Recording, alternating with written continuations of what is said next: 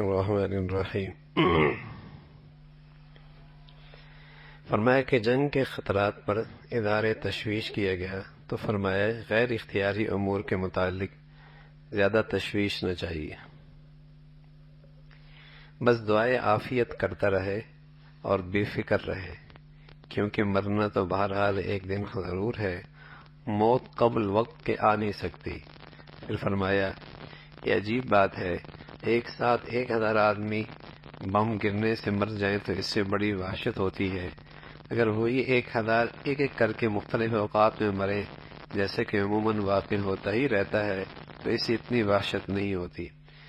حالانکہ فرق کوئی وجہ نہیں، اگر ہر شخص یہ سمجھ لے کہ مجھے ایک دن ضرور مرنا ہے، چاہے اکیلا مروں چاہے بہت سے لوگوں کے ساتھ مروں، میرے لیے یکساں ہے، تو ایسے خطروں سے زیادہ وحشت نہ ہو، خوف زیادہ نہ ہو۔ باقی یہ ہے کہ دعائے عافیت کرتے رہنے چاہیے، اور جو اختیار میں تدبیر ہے وہ اختیار کرتے رہنے چاہیے، لیکن خوف زدہ رہنا اور بلا وجہ اس سے تشویش میں رہنا، یہ اس کی ضرورت نہیں ہوتی۔ جو چیزیں اختیار میں نہیں اس کے معاملے میں زیادہ تشویش میں نہیں پڑنا چاہیے۔ ہر شخص صرف اپنے ہی مرنے کا خیال کرے، دوسروں کے مرنے کا خواہ مخواہ کیوں تصور کرے؟ رہا اپنا مرنا وہ تو ہونا ہی ہے، جہاں اپنا مرنا تو وہ تو مرنا ہی ہے، اور یہ بھی یقینی ہے کہ نہ وقت مقدر سے پہلے واقع ہوگا نہ بعد ہو۔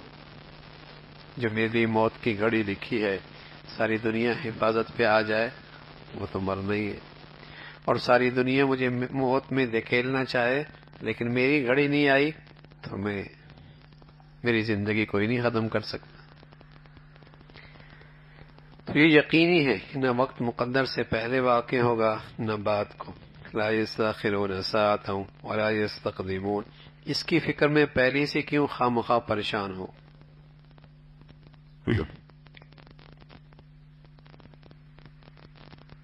اللہ سے کسی نے پوچھا کہ تمہارے باپ کہاں مرے؟ کہا دریا میں۔ ماں کہاں ماری؟ کہا دریا میں۔ پھر کہا دادا کہاں مرے؟ کہا دریا میں۔ کہا تم بڑے بیوقوف ہو، پھر بھی دریا کو نہیں چھوڑتے۔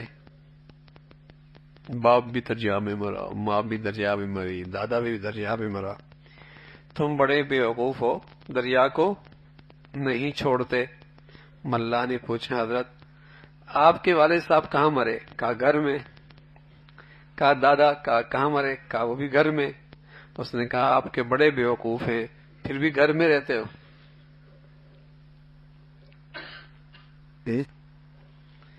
پھر بھی گھر میں رہتے ہو۔ سبحان اللہ، حقیقت میں خوب جواب دیا۔ خشکی میں کیا اطمینان ہے، مکان گر پڑے تو کیا ہو سکتا ہے، آگ لگ جائے تو کیا ہو سکتا ہے۔ حق تعالیٰ فرماتے ہیں تم جو درجات سے نکلتے ہی سرکشی کرنے لگے تو کیا اس سے اطمینان ہو گیا؟ تم خوشبو میں دنسا نہیں سکتے اور تم خشکی میں نہیں تباہ ہو سکتے۔ ہم تند ہوا نہیں بھیج سکتے، اگر تم اس کو بعید سمجھتے ہو کیا ہم اس پہ قادر نہیں تمہیں دوبارہ کسی ضرورت کی وجہ سے دریا میں لوٹا دے، پھر سفر دریا کروا کر کشتی میں سوار کر کے تمہیں پھر غرق کر دے۔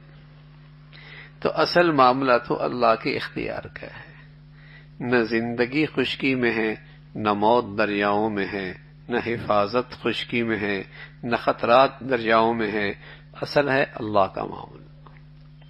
اللہ کا معاملہ ہے، جو گھڑی جہاں لکھی ہے وہ گھڑی وہیں آئے گی، بلکہ آپ کو وہ مقدر اٹھا کے وہاں لے جائے گا، مقدر اٹھا کے وہاں لے جائے گا۔ حضرت سلیمان علیہ السلام بیٹھے ہوئے تو فرشتہ آیا موت کا، تو ایک آدمی کو غور سے دیکھ رہا ہے، ڈر گیا کہ میری وقت آ گیا، میرا وقت آ گیا۔ تو اس نے حضرت سلیمان علیہ السلام سے کہا کہ مجھے ذرا دور کہیں پہنچا دے، یہ مجھے بڑے غور سے دیکھ رہا ہے فرشتہ، ہوا کو حکم دے مجھے ذرا کہیں دور پہنچا دے۔ آپ نے ہوا کو حکم دیا اور دور جا کے کہیں اسے پہنچا دیا۔ تو پھر آپ نے پوچھا کہ آپ اسے اتنے غور سے کیوں دیکھ رہے تھے؟ کہ میں غور سے اس لیے دیکھ رہا تھا، اس کا وقت تو موت کا قریب آ گیا اور اس کی جگہ تو کوئی اور ہے، یہ یہاں بیٹھا ہوا ہے۔ اب صحیح جگہ پہنچ گیا.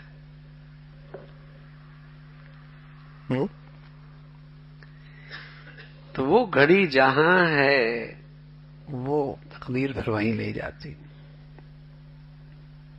تقدیر وہیں لے جاتی ہے. تو موت کے نقشوں سے نہیں ڈرنا چاہیے، عافیت ضرور مانگنی چاہیے. ہاں، اس کے لیے موت کا نقشہ وہی ہے جو اس کے لیے مقدر ہے، جو اس کے لیے مقدر ہے.